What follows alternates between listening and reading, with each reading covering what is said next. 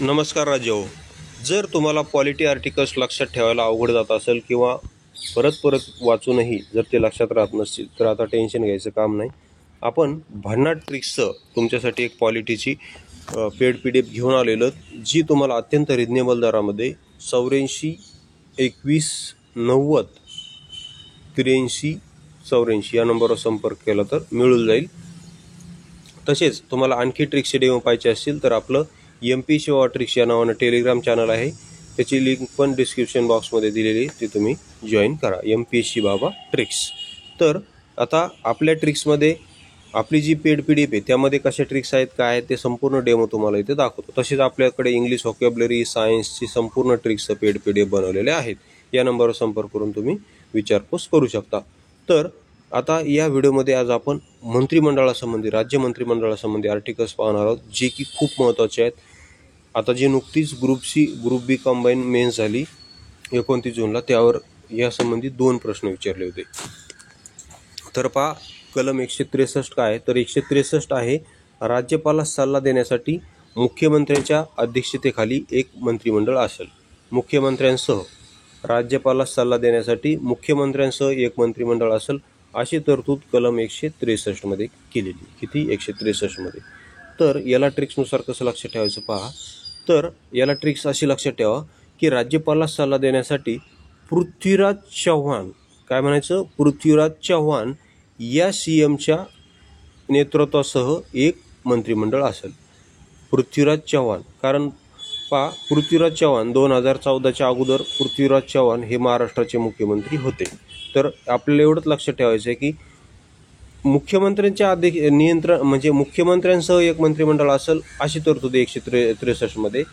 तर आपण एक मुख्यमंत्री लक्षात ठेवू, परमनंट. आपण काय म्हणायचं, राज्यपालास सल्ला देण्यासाठी पृथ्वीराज चव्हाण या मुख्यमंत्र्यांसह एक परमनंट मंत्रिमंडळ असेल, असं आपण लक्षात ठेवू. प्रत्येक वेळेस आपण पृथ्वीराज चव्हाण हेच मुख्यमंत्री पकडायचे. आता पृथ्वीराज चव्हाणच का घ्यायचे, त्याचं कारण असं आहे की पृथ्वीराजचा जो P आहे तो बघा, पृथ्वीराजचा जो P आहे तो ABCDनुसार 16 नंबरला येतो. किती? 16. आणि चव्हाणचा जो C आहे तो ABCDनुसार 3 नंबरला येतो. हे बघा, पृथ्वीराजचा P हा ABCDनुसार किती नंबरला येतो, तर 16 नंबरला येतो.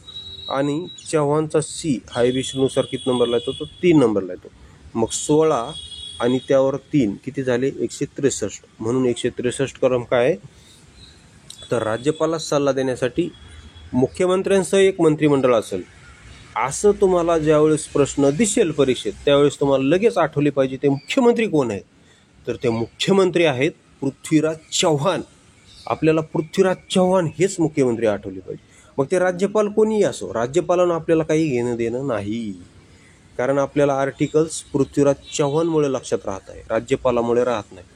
राज्यपाल कोणी येऊ, किती जाऊ, पण आपल्याला परमनंट सल्ला देण्यासाठी पृथ्वीराज चव्हाण हेच मुख्यमंत्री लक्षात ठेवायचे, कारण पृथ्वीराज चव्हाण हेच चांगला सल्ला देऊ शकतात राज्यपालाला, असं आपल्याला लक्षात ठेवायचे. तसंच हे बघ, चव्हाण म्हणजे C फॉर चव्हाण आणि C फॉर चांगला सल्ला, असं पण लक्षात ठेवा तुम्ही. चांगला सल्ला देऊ शकतात, बेस्ट. C फॉर चांगला सल्ला. पब्लिकसाठी P फॉर पब्लिक म्हणा, P फॉर पब्लिक आणि C फॉर चांगला, आणि किंवा C फॉर कल्याण असं पण म्हणा.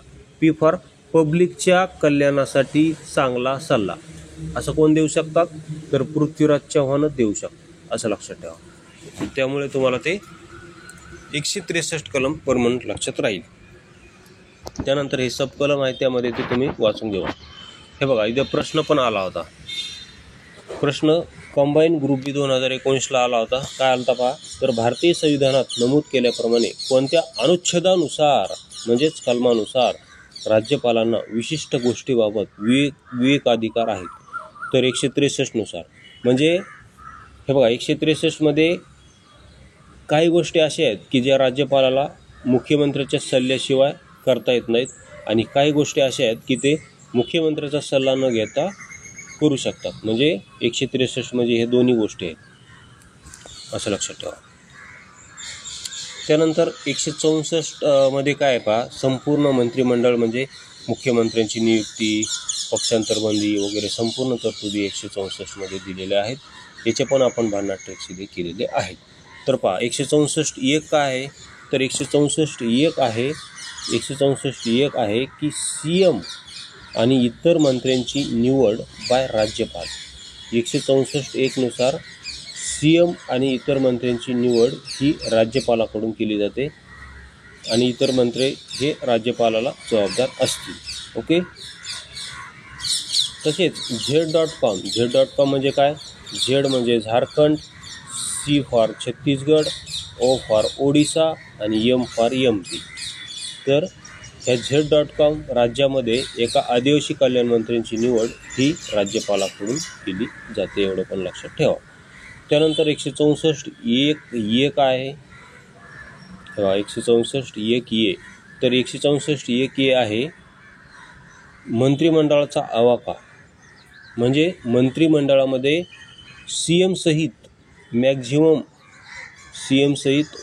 मिनिमम 12 आणि मॅक्झिमम 15% मंत्री असतील, त्यापेक्षा जास्त नसतील. विधानसभेच्या बरं का, विधानमंडळाच्या नाही, कारण विधानमंडळामध्ये विधान परिषद पण येते फक्त, पण मंत्रिमंडळ फक्त कशात असतं तर विधानसभेत असतं फक्त. म्हणून मंत्र्यांची संख्या ही CM सहित मिनिमम 12 आणि मॅक्झिमम किती असेल तर मॅक्झिमम 15% ऑफ विधानसभा. मिनिमम किती तर 12 आणि मॅक्झिमम किती तर 15% ऑफ विधानसभा. ओके, असं लक्षात ठेवा. मिनिमम 12 आणि मॅक्झिमम 15% ऑफ विधानसभा, एवढं लक्षात ठेवा. मिनिमम 12, मॅक्झिमम 15% ऑफ विधानसभा. आणि ही जी तरतूद केलेली आपण, तर याला ट्रिक्सनुसार कसं लक्षात ठेवायचं मग, म्हणजे हा आवाका झाला ना मंत्रिमंडळाचा, यापेक्षा जास्त घेऊ शकत नाही ना. तर मग A फॉर आवाका असं लक्षात ठेवा. मंत्रिमंडळाचा आवाका झाला म्हणजे यापेक्षा जास्त घेऊ शकत नाही. आणि ही तरतूद 91 घटनांशी केलेली आहे, म्हणजे एकाही मंत्र्याला जास्त घेता येणार नाही. 91 मंत्र्याला त्यापेक्षा जास्त घेता येणार नाही, असं 91 घटनांशी लक्षात ठेवू शकतो. त्यानंतर 164(b) आहे पक्षांतरबंदीमुळे एखादा सदस्य अपात्र ठरला तर तो मंत्री म्हणूनही अपात्र ठरेल. ही पण 91 घटनांशी तरतूद केलेली. तर याला ट्रिक्सनुसार कसं लक्षात ठेवायचं बघा. B फॉर बर्ड बंदी म्हणजेच पक्षांतरबंदी असं लक्षात ठेवा. B फॉर बर्ड बंदी. ओके, तर असं तुम्ही हे लक्षात ठेवू शकता. त्यानंतर 167 कलम सर्वात महत्त्वाचं आहे पहा, याच्यावर पण प्रश्न आलेले आहेत. तर 167 काय पहा, तर आणि याची भांडण ट्रिक्स आपण केलेली. तर 167 आहे की मुख्यमंत्र्यांची कर्तव्य दिलेली आहेत पहा. 167 मध्ये काय आहे, तर 167 मध्ये मुख्यमंत्र्यांची कर्तव्य दिलेली आहेत. तर याला ट्रिक्सनुसार कसं लक्षात ठेवायचं पहा. सदुभाऊंची कर्तव्य असं आपण म्हणायचं त्याला. मुख्यमंत्र्यांच्या कर्तव्याला आपण काय म्हणायचं, सदुभाऊंची कर्तव्य. असं का म्हणायचं, कारण हे बघा 67 आणि सदुभाऊ, 67 आणि सदुभाऊ दोन्ही शब्दाचं काय होतं इथं यमक जुळतो. 67 हे बघा, हे 67 आणि हा सदु शब्द घेऊन सदुभाऊ असं आपण म्हणू शकतो. मग 67 सदुभाऊ, 67 सदुभाऊ म्हणजेच सदुभाऊंची कर्तव्य म्हणजेच काय तर मुख्यमंत्र्यांची कर्तव्य, असं येथे लक्षात ठेवता येईल. ओके, 67 म्हणजेच सदुभाऊंची कर्तव्य म्हणजेच काय तर मुख्यमंत्र्यांची कर्तव्य. ओके, असं इथे तुम्ही आता लक्षात ठेवू शकता. तर अशा प्रकारे आपल्या ट्रिक्स आहेत. आपल्याकडं संपूर्ण सायन्सच्या पण अशा ट्रिक्स आहेत, इंग्लिश व्हॉकॅब्युलरीच्या पण ट्रिक्स आहेत. संपूर्ण पेड PDF तुम्हाला मिळून जाईल. 84 21 83 84. तसेच आणखी डेमो पाहण्यासाठी MPSC वावा ट्रिक्स हे टेलिग्राम चॅनल जॉईन करायला विसरू नका. तसेच चॅनलवर नवीन असाल तर चॅनलला सबस्क्राईब करायला विसरू नका. व्हिडिओ पाहिल्याबद्दल धन्यवाद. आपला दिन शुभ जाओ.